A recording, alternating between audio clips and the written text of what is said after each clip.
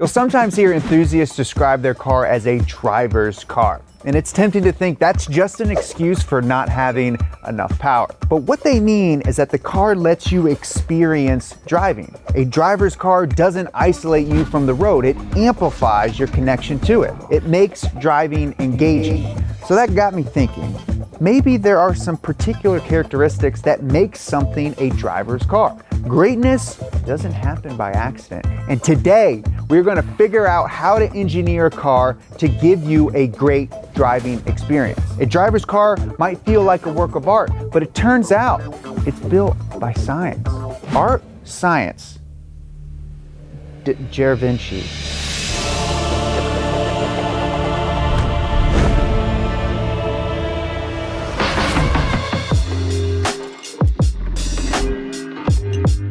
A big thanks to Omaze for sponsoring today's video. Oh, what's this behind me?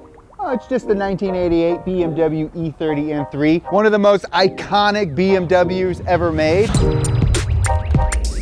And right now, you have a chance to win it with taxes and shipping included.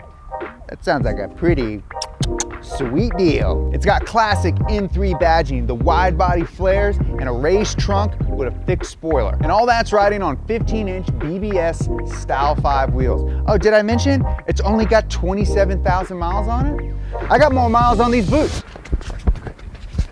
That's a mile right there. I'd go longer. So for your chance to own this coveted piece of BMW motorsport history, go to omaze.com/donutmedia and donate. Best of all, every donation supports the Skate Park Project, and that's founded by 5-time Kids' Choice Award winner, Tony Hawk. Yep, that's how you know him. That's how I know him too. Their mission is to fund high-quality public skate parks in underserved communities to promote healthy and active lifestyle. So go donate for your chance to win at omaze.com/donutmedia, and I'll catch you later, skater. Let's set aside all the emotions and flowery language used to sell enthusiast cars and start thinking rationally about what makes a driver's car. If you say your car is visceral or that it's not about speed, it's about the way it feels, that's all fine and good. I'm happy for you that you use that kind of language, but I'm a math boy, okay? And if you want to convince me that driving purity is more than just talk, you're gonna need to throw in some numbers behind that. What makes a car rewarding, visceral, just plain feel good to drive comes down to one key factor: communication. That's the number one thing in relationships too, fellas. If you can communicate, your just love's gonna blossom. A driver's car has to be able to quickly and precisely transmit information to the driver, and that all starts with the driver's butt. Ooh.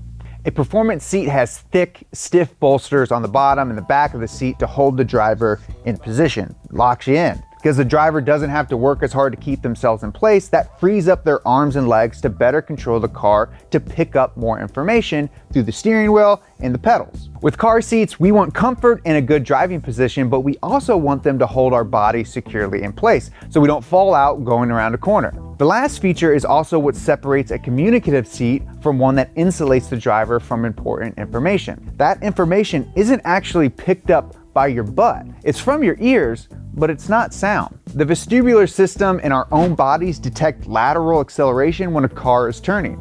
Direction changes, they slosh the fluid around on the inner ear, and that's detected by hair-like sensors swaying in the current. Those sensors transmit information to the brain about acceleration, balance, and spatial orientation. Like any of our senses, the vestibular system can get overloaded, causing dizziness, loss of balance, and motion sickness. So our bodies, they dampen some of those forces that would otherwise cause sloshing in the inner ear. So imagine you're on a boat, right? You're holding a glass of adult liquid. Your body, it's gonna compensate for the movement of the rocking ship to prevent said liquid from sloshing out of the glass. It does the same thing for your inner ear, insulating it against information that could overload the system. In a car, that's valuable information being muted. The inner ear can detect micro accelerations produced when a vehicle starts to slide, for example. The sooner and clearer that message is received, the faster the driver can respond to control that slide. Changing the seat to one which provides greater support has been shown to improve lap times. And one theory is that by holding the body steady, preventing it from compensating, more of the car's movement is picked up by the inner ear and turned into information that the driver can use. A lot of drivers describe those sensations as something they feel through their butt, but it's actually their inner ear. Funny, I can also hear things through my butthole. That's my superpower. It's not usually the driver's body insulating them from a car's movement. It's often the car's body doing this in something called body flex. No, put the guns down, people. Body flex in a car, that's when the forces acting on a car cause the chassis itself to bend or twist. Preventing that requires torsional rigidity. A modern car's chassis is the unibody structure that multiple parts attach to. You can think about that structure as a bit like the frame of a simple box or even the base of a chair. Lots of chairs have cross members that connect the legs to each other. If you've ever sat in a chair where those were broken or disconnected, you probably felt the chair twisting underneath you. Those cross members increase the torsional rigidity of the chair, preventing that twisting. Torsional rigidity can be improved by reinforcing that structure. Engineers can add diagonal braces between the firewall and the subframe that hold the engine, or they can add more support to the structure that joins the shock towers with the floor of the car. Those increases in torsional rigidity often require adding more material to a car's chassis, and that adds weight. Convertibles often weigh more than coupes because chopping the top of the box means reinforcement has to be added somewhere else. Adding weight makes a car slower to accelerate, slower to initiate turn-in, and slower to change direction. Weight can ruin the driving experience of a car because a heavy car is less responsive to the driver's inputs. A flexi chassis deprives the driver of crucial information about what the car is doing and makes the car slow to respond to driver inputs. And most of those essential driver inputs are transmitted through the steering system. On cars, they typically use a rack and pinion steering system. The pinion, that's a gear attached to the end of the steering column, and the rack, that's the bar that connects the left and the right wheels. That bar is a flattened gear containing a row of teeth that mesh with the pinion gear. So when the driver turns the wheel, the pinion rotates and this moves the rack right or left. If a car has unassisted steering, there's not much more to it. Long ago, unassisted or unpowered steering was preferred in performance cars because its solid mechanical connection between the wheels and the driver's hands provided a ton of information. But steering, it's a two-way communication. It's also how the driver tells the car what to do. Unpowered steering is really good for that. It responds instantaneously to driver inputs because of that solid mechanical connection. The big downside to unpowered steering is that it takes a lot of effort to use, and that can wear a driver out, especially on a track. In extreme conditions like those, resistance from the tires can even be strong enough that the driver can't hang on to the steering wheel, or if he's holding on too tight, it can snap your wrist off. Almost all cars, even race cars, now have power steering. That power usually comes from a hydraulic system that uses fluid pressure to assist the driver, making it easier to turn the wheel. Manufacturers are increasingly using electric power steering, or EPS, because it's easier to integrate advanced features like lane keep assist, automatic parking, or self-driving. But there's a problem with electric power steering. Because it uses sensors and electric motors to control the steering system, there's little direct connection between the driver and the front wheels. The resistance you feel from EPS is programmed into the system. It's not the direct mechanical resistance found in an unpowered or hydraulic steering system. When BMW and Porsche started using power steering a few years ago, enthusiasts, they were all up in arms. They described these systems as numb or even unpredictable. But the programming and equipment used with EPS, they've come a long, long way. Just like modern computer-controlled suspensions, which can respond in changing conditions in microseconds.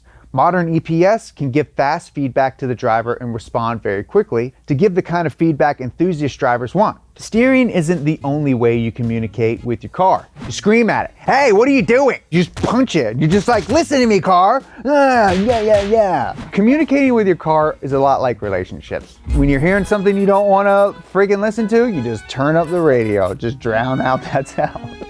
Oh my God. Steering isn't the only way you communicate with your car. The loud pedal is pretty important and a whole lot of fun. Nothing ruins a driver's car like having no power available when you ask for it. Throttle response is especially important as you roll on the throttle exiting a corner. It can be frustrating to drive a car with an engine that isn't producing consistent power across a wide range of RPMs. The car simply isn't doing what you say when you tell it to. There also shouldn't be any delay in that response, and power should come on smoothly and predictably. That creates a bit of a problem for some cars that are turbocharged, for example, which can have a power delay while the turbos spin up and may not make boost gradually. For a lot of enthusiasts, a naturally aspirated engine is the only choice in a driver's car because they have the most rapid throttle response. Simpler, produce less heat under the hood, and they weigh less. So, a driver's car needs to have power that's immediate, steering that's direct, and a stiff chassis that leads to sharper turn-in and instantaneous feedback. These are what make a car a great communicator. Sadly, the driver's car is a dying breed. The average consumer isn't interested in driving and views it as a chore. The systems that allow cars and drivers to communicate with each other have become increasingly automated, and most modern cars are designed to insulate us from the experience of driving. Every year, more cars are implementing self-driving technology, and it seems the goal is to remove the driver input altogether. Thank you guys so much for watching this episode of B2B. Hit that like and subscribe button. That really helps us out. We appreciate it. In your opinion, what's the best driver's car out there? Leave a comment down below. I personally think it's a Porsche GT3 RS, just because that's really the only quote driver's car I've driven. And I got to drive it around a track, and I got to beat Gordon Ramsay's time around that track. So I like that car. But let me know in the comments what you think. Follow us here at Donut on Instagram at Donut Media. Follow me at Jeremiah Burton. And until next week, bye for now.